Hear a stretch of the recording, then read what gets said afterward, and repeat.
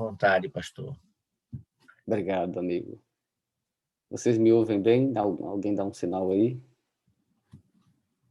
Ótimo.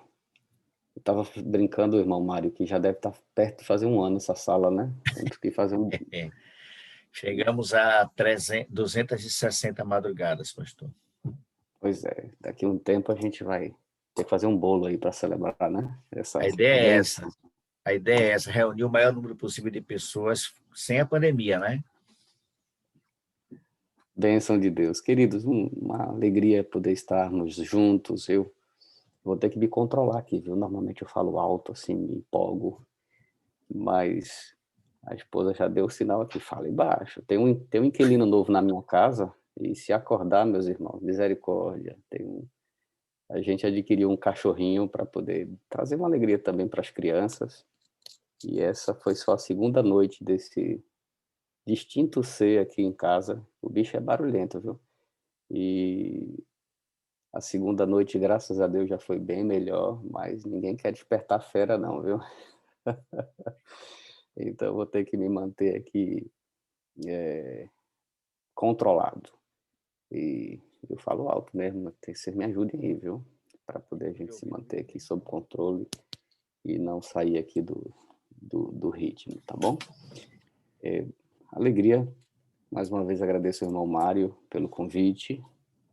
Nós estamos estudando aí o mistério da profecia. Hoje o capítulo 15, mas eu imagino que esse é um livro, irmão Mário, que está na mão da maioria dos irmãos. Se a gente fosse fazer um estudo assim, texto por texto dele aqui, a gente gastaria muito tempo. Então, eu me senti na liberdade de não ficar muito preso ao texto, mas ficar mais preso ao tema, né, como um estudo da Bíblia. E eu queria começar esse estudo a partir de um capítulo que amo muito na Bíblia, que é o capítulo 11 de São João. Creio que se a gente traçar nossa conversa a partir dele, vai nos ajudar a entender um pouco melhor a proposta do estudo desse capítulo, que é acerca do tema da morte. Né? O que vem depois da morte? Essa é a pergunta que, de fato, nós temos para conversarmos juntos, tá bom? Recomendo que os irmãos leiam esse material. O irmão Mário tem acesso a um material em PowerPoint desse conteúdo. Se alguém desejar, pode solicitar também para, inclusive, fazer apresentações depois. E realmente é um livro muito bom, muito interessante. A gente deve continuar avançando no estudo dele, tá joia? João capítulo 11, essa é uma história bem conhecida por todos nós, mas é interessante a gente tirar algumas lições importantes aqui para a nossa vida. Eu quero começar lendo a partir do verso 3 com vocês. Diz assim: Mandaram, pois, as irmãs de Lázaro dizer a Jesus: Senhor, está enfermo aquele a quem amas. E ao receber a notícia, disse Jesus: Esta enfermidade não é para a morte, e sim para a glória de Deus, a fim de que o Filho de Deus seja por ela glorificado. Ora, amava Jesus a Marta e a sua irmã, e a Lázaro. Quando, pois, soube que Lázaro estava doente, ainda se demorou 2 dias no lugar onde estava. Verso 11.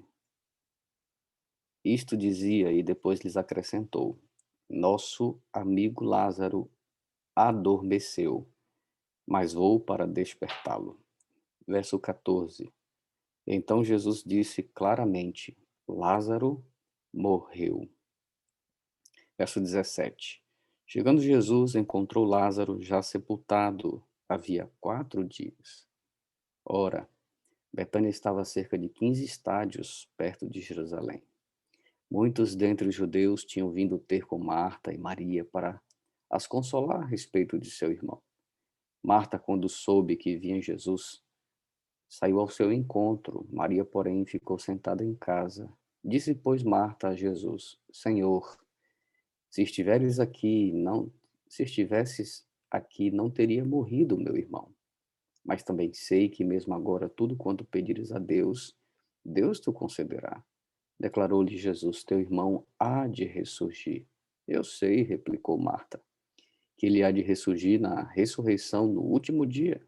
Disse-lhe Jesus, verso 25: eu sou a ressurreição e a vida.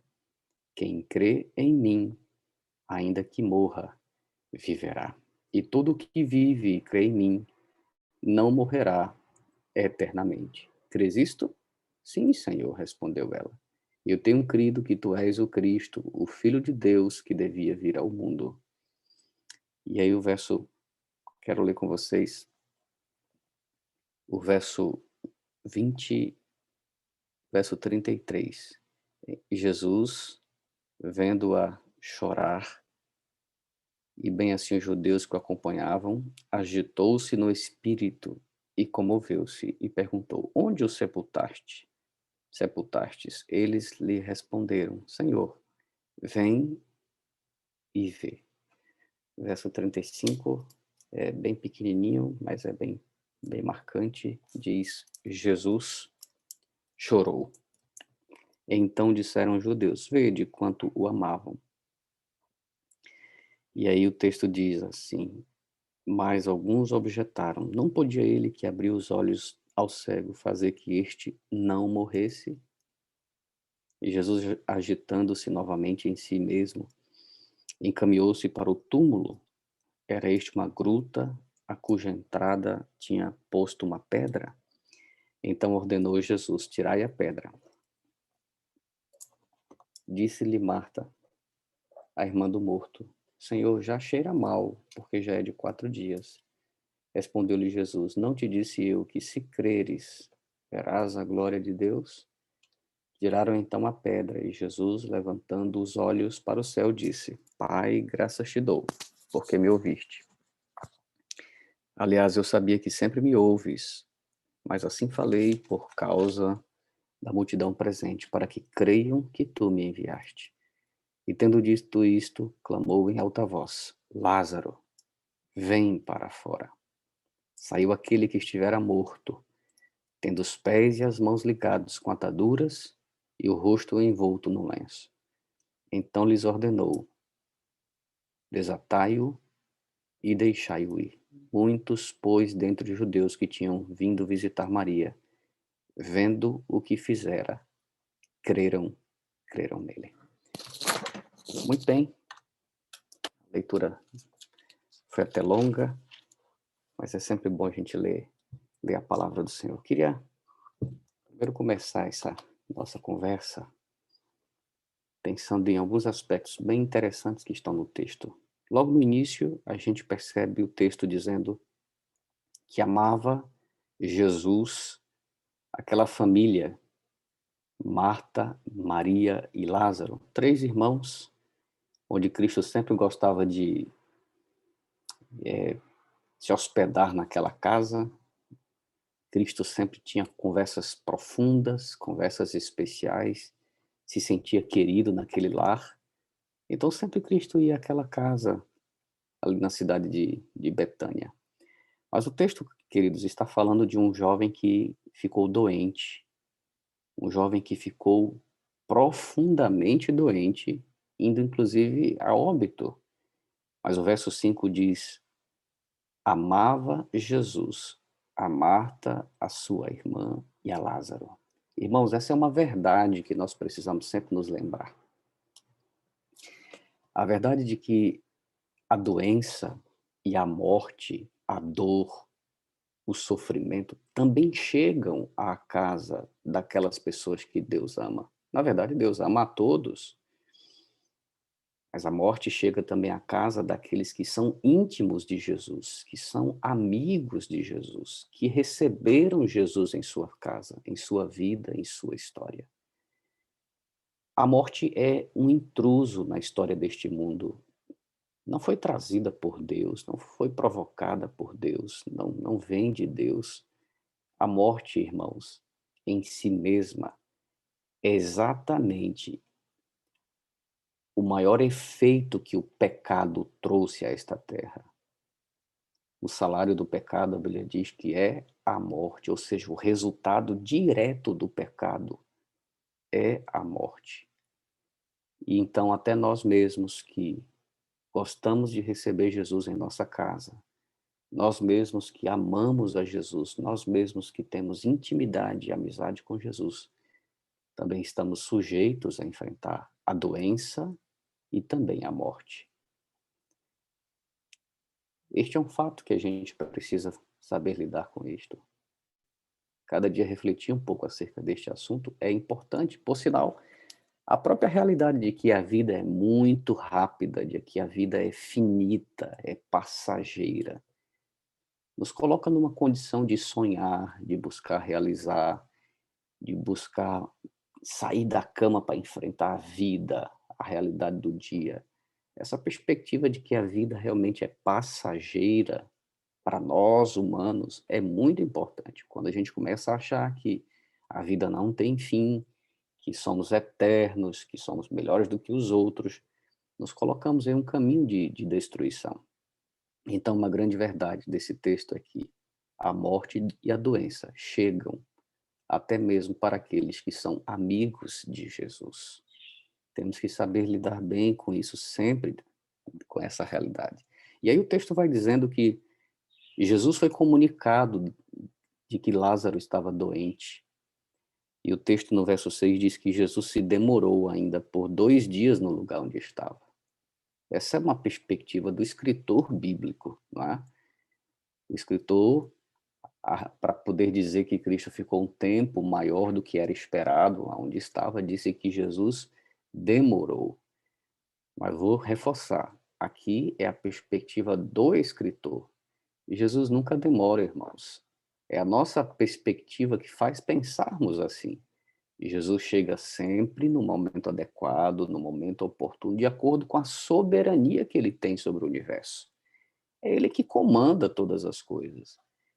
Ele que está no controle da história deste mundo e sabe qual é o momento de agir.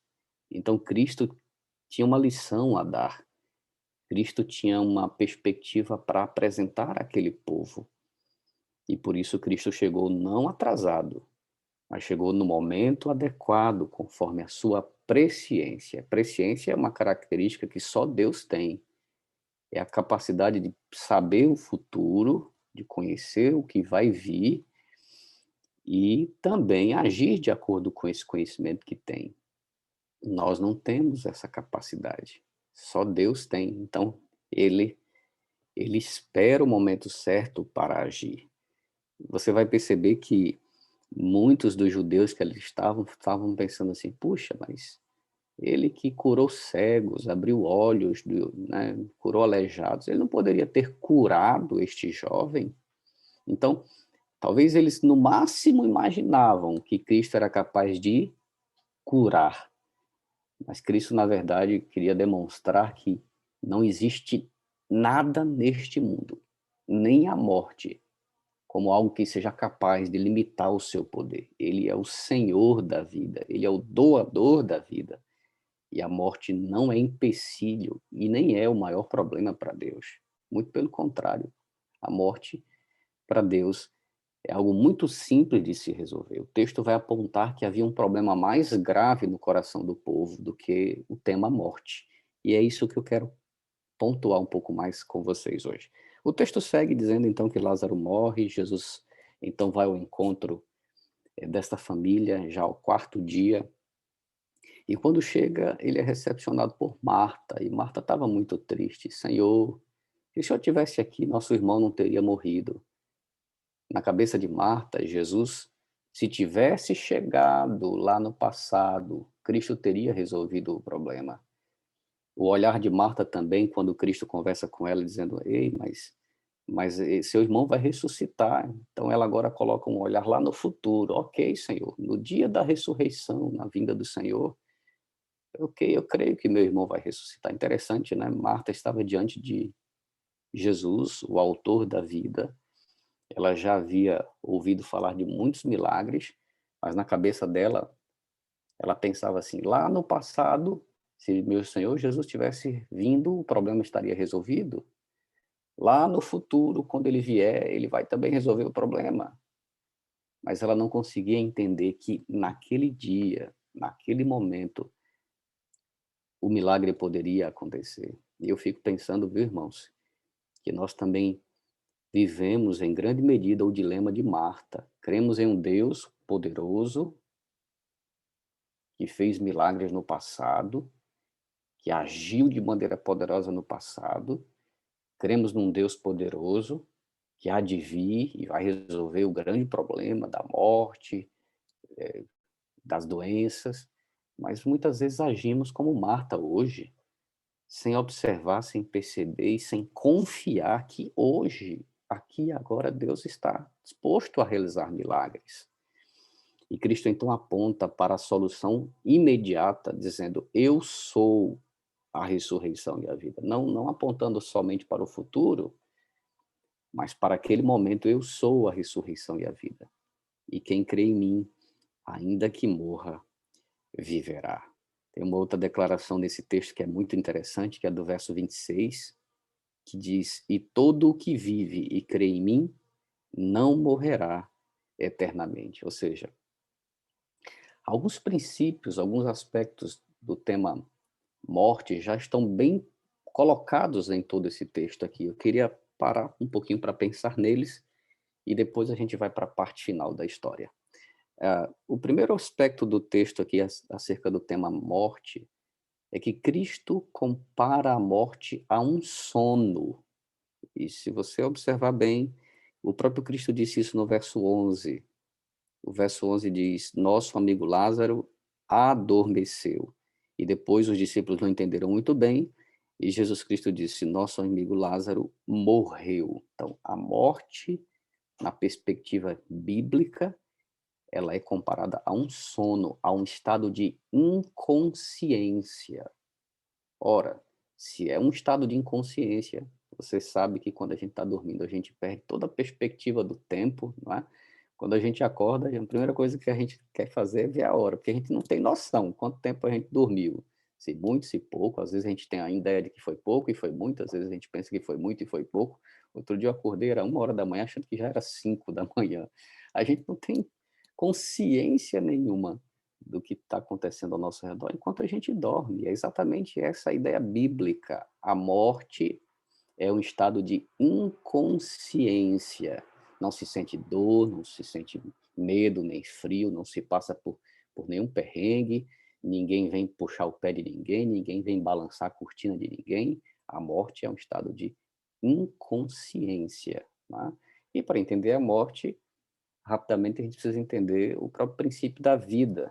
Gênesis 2:7 apresenta isso de uma maneira bem clara, é o início da história humana, e a gente vai encontrar aqui a declaração bíblica de como foi formado o homem. Então formou o Senhor Deus ao homem do pó da terra e lhe soprou nas narinas o fôlego da vida. Então, aqui é uma equação, a gente fala bastante disso nos evangelismos, você sabe bem disso. A composição da vida é formada pelos seguintes elementos: pó da terra, barro, nossa origem está lá na terra. Interessante que os mesmos elementos químicos que nós temos no nosso corpo, em uma proporção muito semelhante, estão também lá na terra. Ferro, zinco, iodo, entre tantos outros, porque é de lá que viemos. Então, pó da terra, matéria física, esse é o primeiro elemento da composição humana, mais fôlego de vida, o sopro de Deus nas narinas de Adão, daquele boneco de barro, é igual a alma vivente. Interessante essa expressão, alma vivente. Não é? A nossa cultura, que carrega muitas marcas da cultura grega, da cultura romana, e que tem também marcas da cultura egípcia. A cultura egípcia, ela praticamente idolatra a morte. Né? Todo o pensamento egípcio está formado a partir da ideia da morte. Quando você pensa em guardar alguma coisa, é pensando na morte. Quando você constrói a sua moradia, a mais importante não é a de agora, é a que você vai morar no futuro. Interessante essa perspectiva dos egípcios. Eles sempre, a vida inteira é fundamentada numa perspectiva da morte. Muitos faraós, quando morriam, inclusive, seus servos, as mulheres, etc., eram enterradas juntas, porque a perspectiva deles era de que a vida mesmo começa na morte, totalmente contrário ao que a Bíblia ensina. Afinal, a gente herda muita coisa dessas culturas, mas a Bíblia deixa muito claro que nós não temos uma alma, como alguns dizem, né? Olha lá a alma, fulano e tal, alma essa, alma aquela. Não, não é essa a ideia bíblica. A ideia bíblica é que nós somos uma alma. Então, ter medo de alma por quê? Se tiver que ter medo de alma, só se for da alma viva, que só essa pode fazer mal. A alma que já morreu, descansou, está no pó, mal nenhum pode fazer. Então, essa é a equação da vida. Fôlego de vida mais corpo físico, matéria, é que forma um ser vivente. A expressão bíblica, alma vivente, pode ser entendida como ser vivente. A expressão hebraica aqui é ruá. Ruá tem muitas possibilidades de tradução, mas nunca essa expressão está associada à ideia de algo imortal. Muito pelo contrário. O próprio Cristo disse que só ele tem a imortalidade. Nós somos seres pecadores e a Bíblia diz: a alma que pecar, essa morrerá. Então, a Bíblia aponta para essa composição da vida de maneira muito clara, e a morte é exatamente o oposto a isso, né? Se você quiser aprofundar um pouco mais esse assunto, você vai perceber que o próprio livro de Eclesiastes, capítulo 12, verso 7, ele vai descrever o processo inverso, o que é a vida, essa composição fôlego de vida mais corpo físico. A morte é exatamente o contrário. 12:7 de Eclesiastes diz: e o pó volte à terra como o era, e o espírito volte a Deus que o deu. Então, na morte, exatamente o inverso acontece. Enquanto que na vida é corpo físico mais fôlego de vida igual a alma vivente, na morte, o fôlego de vida volta para Deus e o pó que somos todos, corpo físico, pó, volta para a sua origem, que é a terra. Não volta, irmãos, para o céu, para Deus, como alguns pensam, uma alma imaterial, uma entidade à parte do corpo. Isso daí é um pensamento pagão também, que alguns ainda alimentam. O que volta para Deus, na verdade, é o ruá, o fôlego de vida, o sopro da vida. Há um registro no coração de Deus de quem éramos, da forma que pensávamos, o registro da nossa vida tá com Ele. E na ressurreição, Ele há de devolver isso. Mas é somente o fôlego, o sopro da vida que retorna para o Senhor. Então, estas compreensões são interessantes e vão nos ajudar a entender um pouquinho mais por que Cristo disse aqui em João capítulo 11 que eu sou a ressurreição e a vida, quem crê em mim, ainda que morra, viverá. E depois no verso 26, o texto vai dizer: e todo que vive e crê em mim não morrerá eternamente. Aqui tem uma vírgula e depois a expressão eternamente. Porque o que o texto está dizendo é o seguinte: toda alma, toda pessoa, ela vai morrer. Mas a que crê em Cristo, a que depositou sua confiança em Cristo, essa não vai morrer eternamente. Essa há de ressuscitar. Essa há de vencer a morte pelo poder de Cristo Jesus. Era exatamente isso que Cristo estava ajudando Marta a entender. Mas aí, irmãos, o texto segue apontando para o seu momento alto. Cristo, então, caminha em direção à tumba.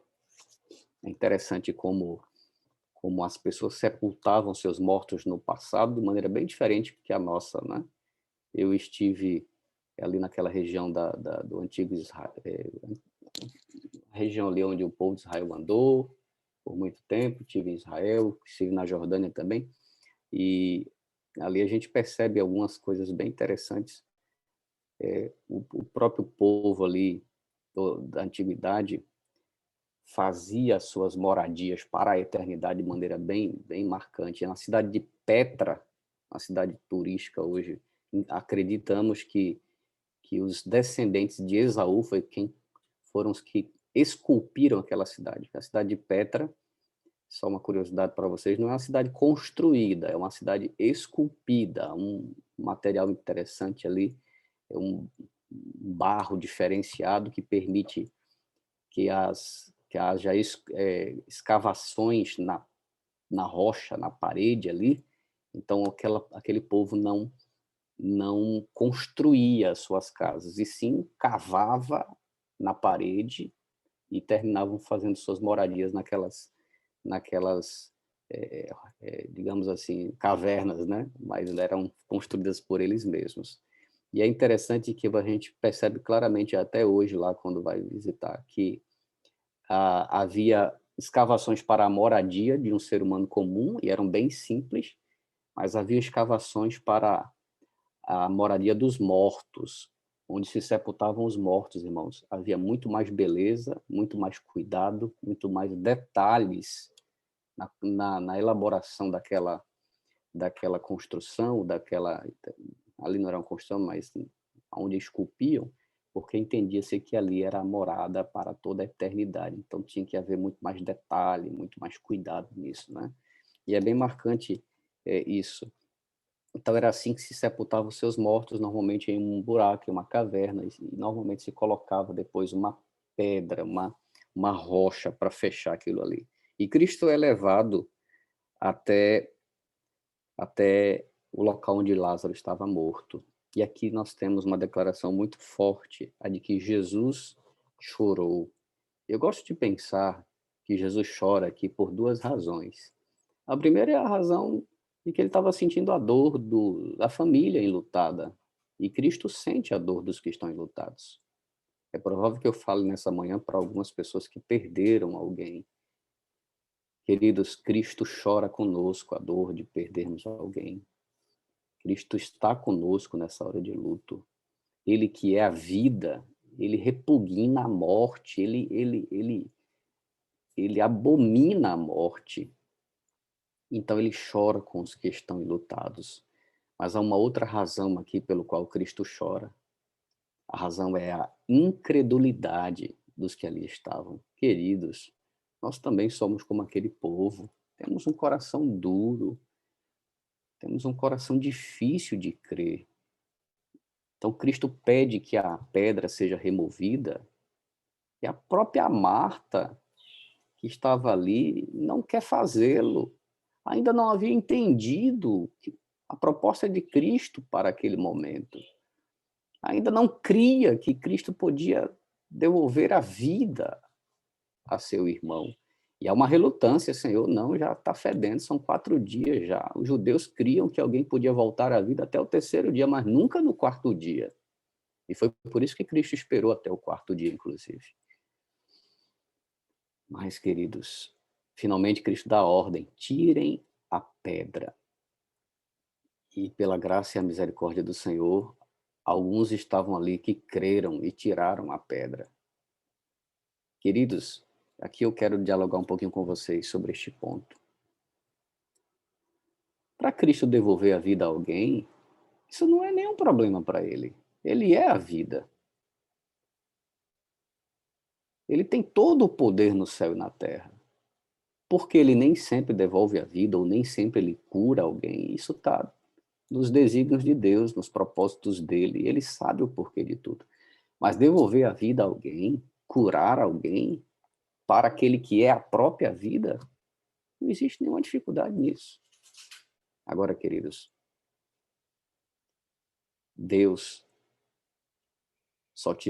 Jesus Cristo só tirou Lázaro daquela tumba porque algumas pessoas tiveram disposição para remover a pedra do caminho, para remover a pedra que fechava aquela tumba. Percebam aqui, queridos, que o maior milagre dessa história não foi a ressurreição. O maior milagre foi que alguns creram, enquanto que a maioria não cria. E o maior milagre que Deus deseja realizar na vida da humanidade, de cada um de nós, não é a cura e nem é o livramento da morte, do ponto de vista dessa morte temporal. O maior milagre que Deus deseja realizar em nossos corações é curar-nos da incredulidade, é fazer-nos confiar, é fazer-nos crer que Ele é todo-poderoso. A exemplo, para um casamento que está quebrado, está por um fio, o maior milagre é o casal crer que Deus pode realizar uma obra grandiosa e, claro, ao crer, remover as pedras. Quais são as pedras que impedem de um casamento dar certo? Tem muitas pedras. Um casamento só dá certo se houver verdade, se houver sinceridade. Então, alguém que está com essa pedra atrapalhando o milagre precisa remover.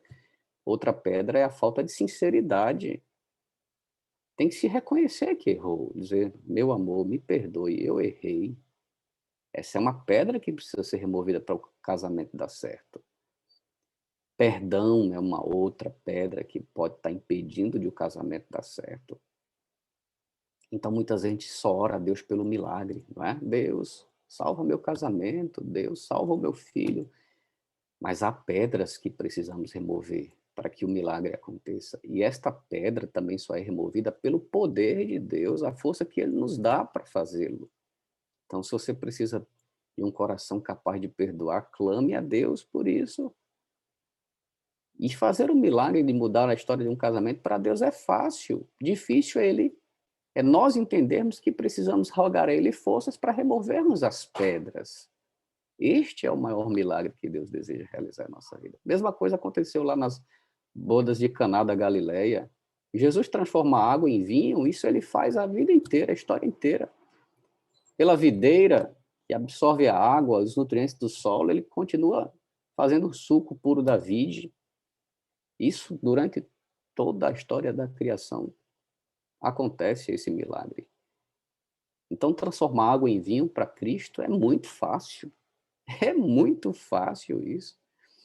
Agora, queridos, fazer pessoas crerem na palavra e irem encher as talhas pesadas e grandes, sem nunca terem visto isso acontecer antes, um milagre de água ser transformada em vinho, esse foi o maior milagre. Então, o maior milagre é confiarmos e agirmos de acordo com a fé. A pedra finalmente foi removida. E Cristo disse, Lázaro, sai para fora. Ainda bem, quer dizer, o texto é muito claro, né? Cristo usou a palavra Lázaro. Há nele, irmãos, todo o poder no universo. E se ele tivesse dito assim, morto, sai para fora, todos os mortos de toda a história humana teriam saído da sepultura. Então, Cristo foi bem específico para dizer Lázaro. E é interessante que o texto fala que ele chamou Lázaro para fora. Não chamou Lázaro, sobe, como se Lázaro estivesse lá no inferno, lá como alguns creem, né, no Hades, lá nas profundidades do abismo, queimando, e nem disse, desce, como se Lázaro já estivesse no céu, desfrutando da glória. Lázaro estava ali, como qualquer um que morre, fica ali no pó, na sepultura, aguardando o dia da ressurreição ou da condenação eterna. Isso aqui é um outro ponto para a gente lembrar. Lázaro nem havia subido, nem havia descido. Estava ali, descansando no pó. A única coisa que tinha ido para Deus era o registro da história dele e o fôlego de vida, o ruá, como a gente já estudou aqui. E finalmente, então, Lázaro sai, abraça os seus, e há uma grande comoção, uma grande alegria. apontando para o grande dia, irmãos, o grande dia da ressurreição em Cristo Jesus. E eu quero concluir com esse outro texto bíblico que nos aponta para até quando os mortos estarão no sepulcro. 1 Tessalonicenses 4, verso 16, fala exatamente sobre isso. 1 Tessalonicenses 4, verso 16.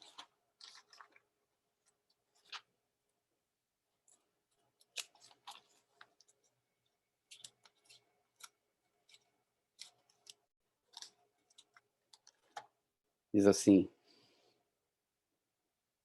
porquanto o Senhor mesmo, dada a sua palavra de ordem, ouvida a voz do arcanjo e ressoada a trombeta de Deus, descerá dos céus, e os mortos em Cristo ressuscitarão primeiro. Então, irmãos, há sim esperança para os que morrem, mas a esperança não está na encarnação, não está nessa ideia de que já subiu para o céu, aquele que dorme, que morreu e a alma já está com Deus. Isso aí são ideias completamente antibíblicas. Quem morre está no pó, está no descanso, sem dor, sem sofrimento, sem medo, está descansando um sono, aguardando o dia em que a trombeta vai soar e aqueles que morreram em Cristo ressuscitarão primeiro. Então, Lázaro faz parte do grupo que a gente chama de primícias, dos que